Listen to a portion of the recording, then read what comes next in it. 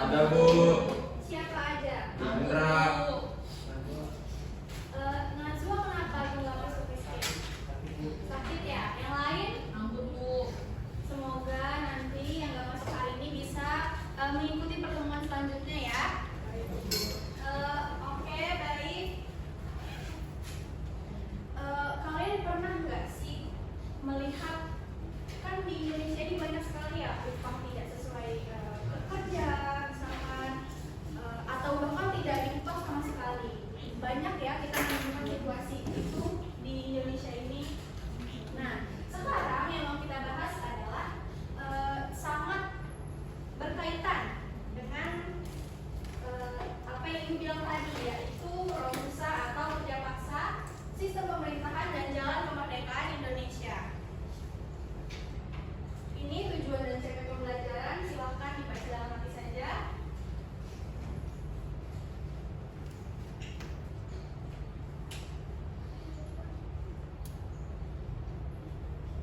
Sudah ya? Oke, baik, masuk ke materi. Ibu mau tanya dulu, di pertemuan sebelumnya sudah pernah Ibu jelaskan Romusa belum?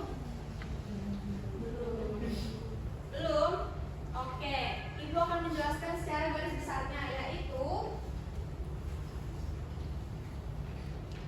Romusa adalah sistem kerja paksa yang didirikan oleh siapa, Junita? Jepang Bu.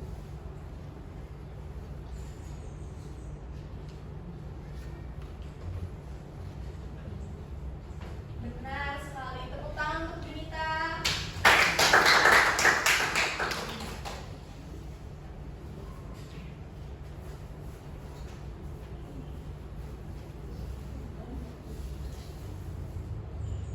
Oke, baik. Selain itu, Amanda tolong bacakan dulu dari atas sampai titik.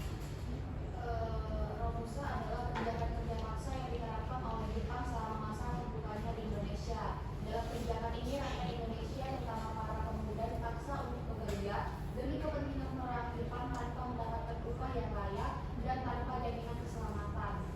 Mereka sering dikirim ke berbagai daerah, bahkan ke luar pulau untuk melakukan pekerjaan berat dalam kondisi yang sangat terbatas. Terima kasih Amanda karena telah membacakan materi Ibu. Nah, kalian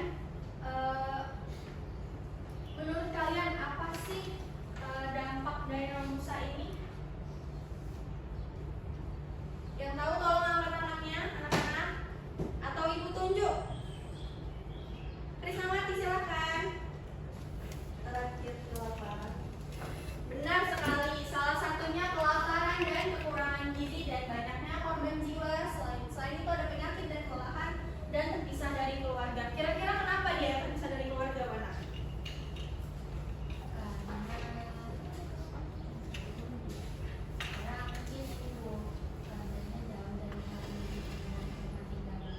Iya, benar tapi kurang sedikit tepat. Marsya, kenapa Marsya? Karena dia ditahan Bu sama Jepang, nggak boleh pulang. Iya benar itu ya, karena mereka terpaksa atau dipaksa untuk melakukan suatu pekerjaan yang jauh dari keluarga dan tidak boleh pulang. Lalu setelah itu ada sistem pemerintahan Jepang. Junita, tolong bacakan Junita. Pada masa pendudukan Jepang, sistem pemerintahan Indonesia berubah menjadi pemerintahan militer yang bersifat otoriter. Jepang mengontrol seluruh aspek kehidupan masyarakat, mulai dari pendidikan, ekonomi, hingga aktivitas sehari-hari. Tidak ada kebebasan berpendapat, dan masyarakat harus tunduk sepenuhnya pada aturan yang dibuat oleh pemerintahan militer Jepang. Lalu, Terima kasih Junita. Nah, tadi Junita telah membacakan sistem pemerintahan Jepang. Adakah yang ingin ditanyakan? Apakah sudah mengerti dengan penjelasan Junita? Bisa sudah mengerti?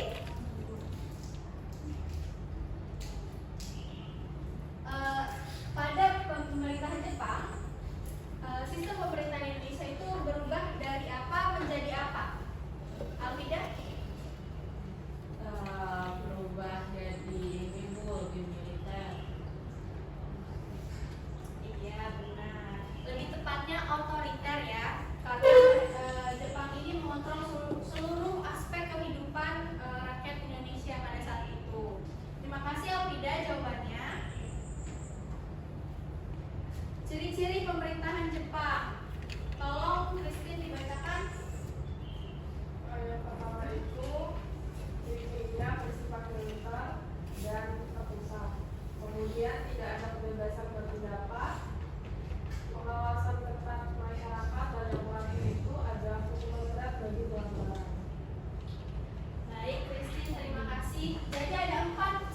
pemerintahan Jepang, yaitu yang pertama bersifat militer dan terpusat.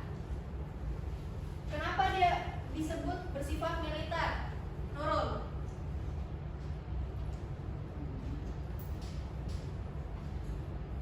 Karena teman-teman ada yang mau membantu Nurul? Ayo. Junita, silakan. Karena untuk membantu Jepang ketika perang Bu. Benar sekali Junita ya, karena mereka butuh pasukan lebih untuk berperang seperti itu. Lalu tidak ada kebebasan berpendapat. Kenapa seperti itu? Rizky. Benar sekali, terima kasih Rizky jawabannya. Lalu ada hukuman berat bagi pelanggar dan pengawasan ketat masyarakat. Seperti yang Ibu jelaskan tadi yang dijawab oleh Alfida, bersifat militer dan otoriter. Makanya ada pengawasan ketat bagi masyarakat Indonesia dari Jepang. Lalu setelah itu ada dampak penjajahan. Bisa dibacakan yang pertama, Krisnawati? Pertama, penjajahan membawa dampak besar bagi kehidupan bangsa Indonesia. Yang kedua, Kedua, secara ekonomi, rakyat mengalami kemiskinan akibat sistem tanaman paksa, kerja lagi dan monopoli perdagangan oleh penjajah. oke, terima kasih Krisnawati. Amanda, kalau kita membacakan? Dalam bidang sosial terjadi kesenjangan antara rakyat dan penguasa kolonial serta munculnya diskriminasi rasial. Selanjutnya, di bidang budaya banyak nilai lokal tergerus oleh budaya barat meskipun sebagian terjadi akulturasi. Terima kasih Amanda dan Krisnawati. Jadi dampak penjajahan itu ada 4 ya. Sebenarnya banyak, cuma yang dituliskan hanya 4. Pertama, penjajahan membawa dampak besar bagi kehidupan bangsa Indonesia. Salah satunya tadi apa? Kelaparan, itu akibat Robusta tadi. Lalu yang kedua, secara ekonomi rakyat mengalami kemiskinan akibat sistem tanda paksa, kerja rodi dan monopoli perdagangan oleh penjajah. Dikarenakan rakyat Indonesia itu tidak memiliki hak untuk kontribusi dalam perdagangan tadi. Jadi perdagangan itu semuanya dikuasai oleh Jepang dan kaum elit bangsa Indonesia. Seperti itu ya anak-anak. Lalu yang ketiga, jalan menuju kemerdekaan. Ismail, tolong dibacakan. Jalan menuju kemerdekaan, meskipun Jepang melakukan penindasan dalam perkembangannya, Jepang mulai melibatkan tokoh Indonesia dalam berbagai organisasi dan pemerintahan. Hal ini dilakukan untuk mendapatkan dukungan rakyat, namun kesempatan tersebut dimanfaatkan oleh bangsa Indonesia untuk belajar tentang pemerintahan, organisasi, dan kepemimpinan yang kemudian menjadi bekal penting dalam mempersiapkan kemerdekaan Indonesia. Baik, terima kasih Ismail. Nah, jadi tadi Ismail menyebutkan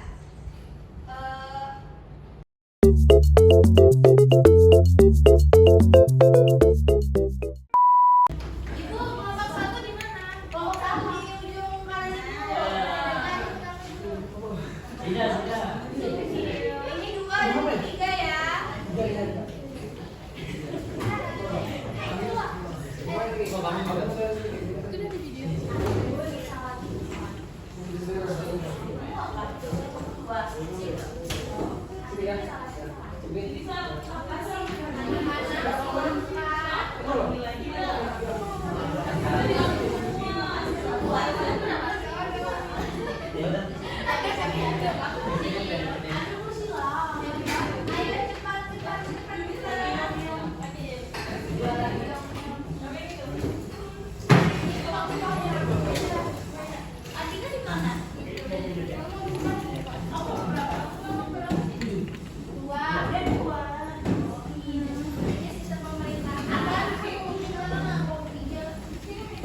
Lalu yang ketiga,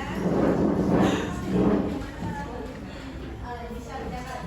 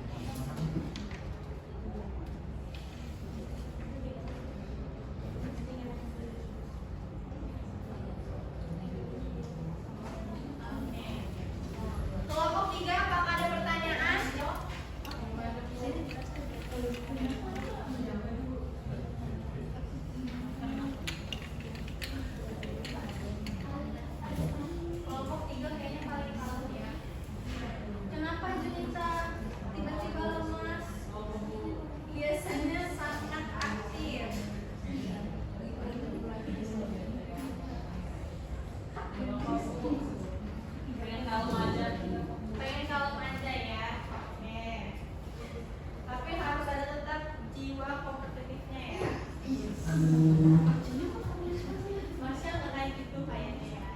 Saya baca ya Bu. Ya, oke, makasih ya. Kamu tunjuk ya? Ibu Nurpan duduknya Masih aneh. Pak, duduknya yang benar. Kenapa kok jadi ngerengkan?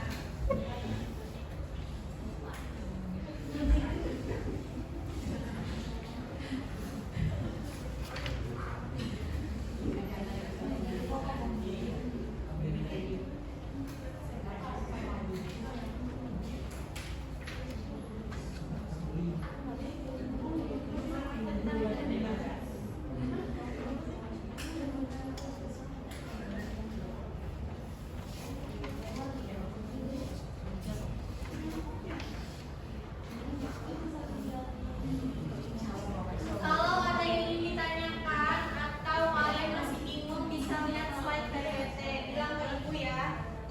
Mau di slide berapa?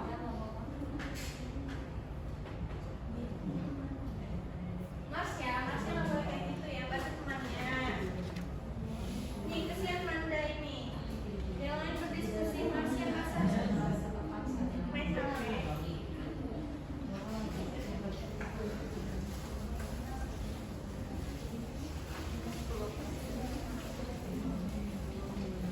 Bagaimana anak-anak?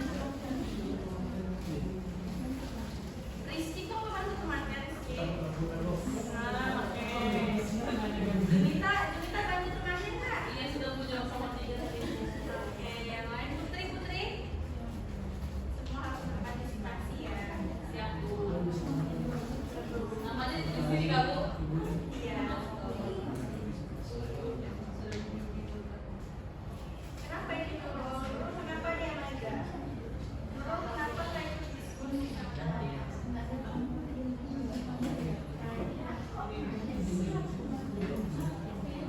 Bisa kenapa nggak baru tadi? Udah. Nomor berapa nih sampai tadi?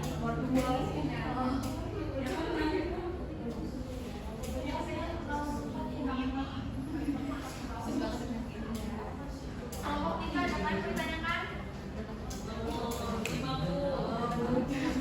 Bukan itu maksudnya dengan pesona. Dengan keterangan kerja.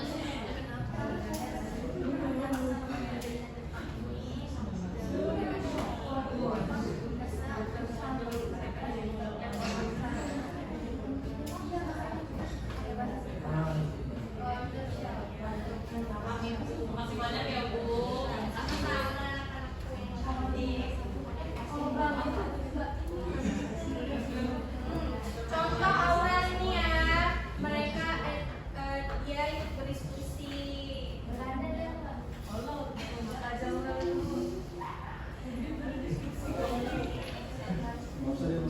Ini kelompok ini diskusinya di mana?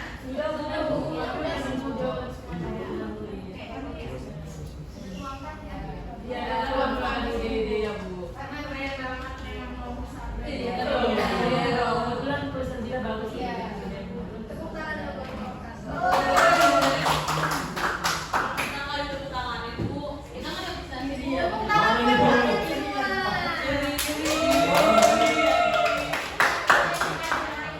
Iya, oh iya, Nah kan, iya benar banget. Tadi potensinya kelompok itu mana sih? iya Pak. Bu, Atika kemarin untuk satu kelompok sebelum aku. Andika nyopet, Bu. Nggak ada ya. Andika kenapa nggak bantu temannya? Kan bisa ditanda sering. Oh iya ya, Mas ya nggak boleh saya sih. Oh, jadi Andika malah ngobrol ya? Iya. Jangan ya Andika bantu ya teman-temannya.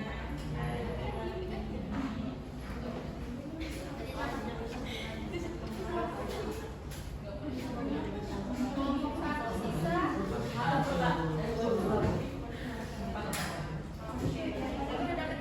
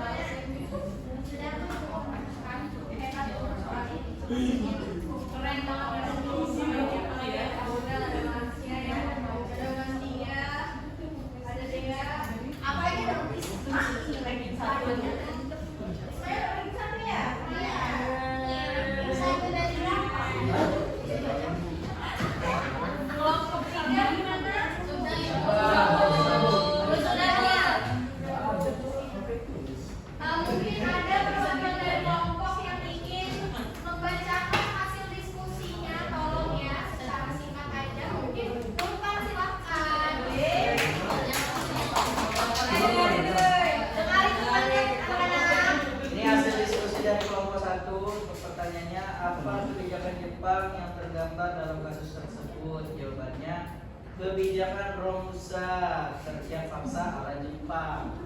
Pertanyaan nomor 2, mengapa Jepang menerapkan kebijakan tersebut? Jawabannya, untuk membantu Jepang dalam Perang Dunia II dan keperluan proyek pembangunan dan keperluan Jepang di Indonesia.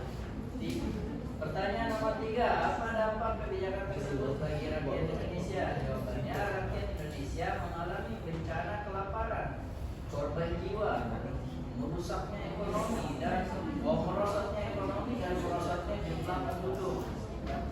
Pertanyaan nomor 4, selain dampak fisik, apakah ada dampak lain? Coba jelaskan. Ada. Dampaknya dampak psikologis dan sosial. Munculnya trauma, ketakutan dan kekacauan. Nomor 5, bagaimana pengaruh kebijakan ini terhadap rakyat Indonesia? Jawabannya, kebencian, perlawanan dan ketidakpercayaan terhadap Jepang. Itu saja dari kelompok 1. Baik, aplaus dulu kelompok 1. Jawabannya sangat baik ya kelompok 1 ya. Kalian tadi berdiskusinya siapa? Apakah ibu semua? Semua. Keren memang kalian ini. Bagaimana kelompok 3? Tadi Aisyah silakan. Ya, silakan. Tangan ya nanti ya. Habis ini ya. Jadi ini hasil dari jawaban kami sebagai kelompok kita. Pertama, apa kebijakan Jepang yang memberikan peluang bagi Indonesia? Yang pertama adalah propaganda, tapi di sisi lain juga para pemimpin Indonesia memanfaatkan hal tersebut untuk menanamkan semangat nasionalisme kepada rakyat. Yang kedua, mengapa Jepang memenangkan Indonesia? Karena ingin menanam rasa nasionalisme. Yang ketiga, apa dampak positif dari kebijakan tersebut? Peluang belajar untuk mendirikan negara. Kemudian yang keempat, apakah kebijakan ini sepenuhnya menguntungkan Indonesia? Jelaskan. Tidak, karena masih banyak masyarakat yang menderita. Soal terakhir, bagaimana hubungannya dengan kemerdekaan Indonesia? Karena adanya peluang dari kekosongan kekuasaan. Oke, baik. Terima kasih untuk perwakilan kelompok 3. Berikan tepuk tangan yang untuk kelompok 3. Kami berdiskusi dengan baik. Ini kelompok paling keren kayaknya ini. Kelompok 2 silakan. Marsha nggak boleh kayak gitu ya nak ya. Harus yang sopan kalau di kelas. Jadi soal nomor 1 ini, bagaimana karakter sistem pemerintahan Jepang dalam Karena pelaksanaan? tolong dengarkan Ismail sedang menjelaskan. Jawaban nomor 1 ini sangat ketat dan tegas. Kemudian soal nomor 2, apa tujuan Jepang mengontrol masyarakat secara ketat? Jawaban nomor 2 ini agar tidak memberontak terhadap pemerintahan Jepang. Kemudian soal nomor 3, apa dampak sistem ini terhadap kehidupan masyarakat? Jawabannya hidup dalam tekanan dan ketakutan. Yang keempat, bandingkan dengan